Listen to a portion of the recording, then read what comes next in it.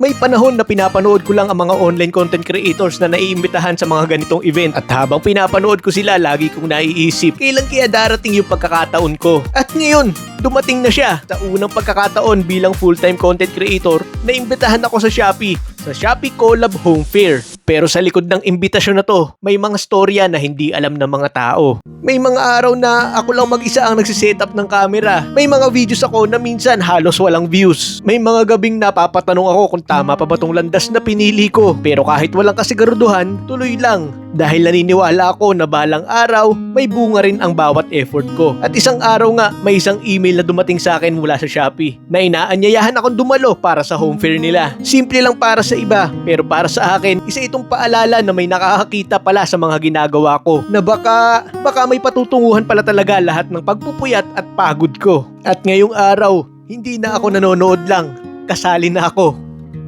Okay. Time check tayo guys, 10 AM, medyo maaga pa no. Di ko alam kung mag-check-in muna ako sa hotel para maiwan ko yung mga gamit kong bigat kasi. Para pagpunta natin doon sa event, magaan na lang yung dala natin no.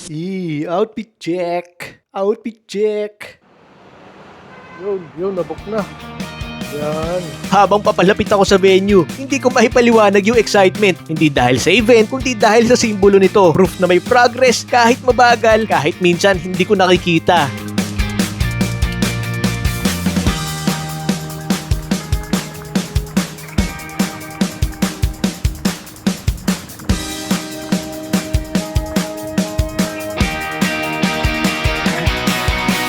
Guys, andito na ulit tayo sa podium. Konti na lang makaka-attend tayo doon sa Shopee event natin na pupuntahan. Hintay-hintay lang tayo ng hanggang 4:30.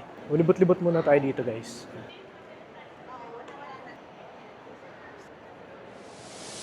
Collab.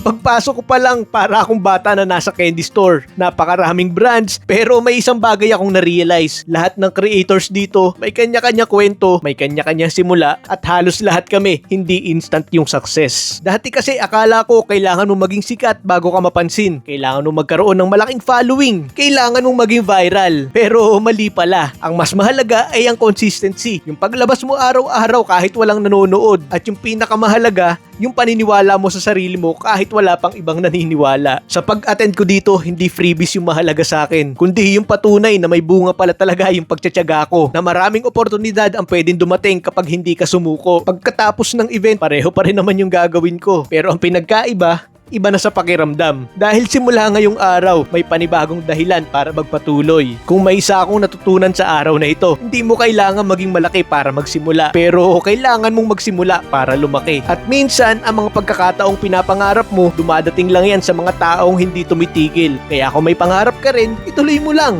Baka mamaya mas malapit ka na kaysa sa iniisip mo. Minsan, ang imbitasyon ay hindi lang tungkol sa pagdalo sa isang event, kundi isa itong paalala kung gaano ka nakalayo mula sa lugar kung saan ka nagsimula.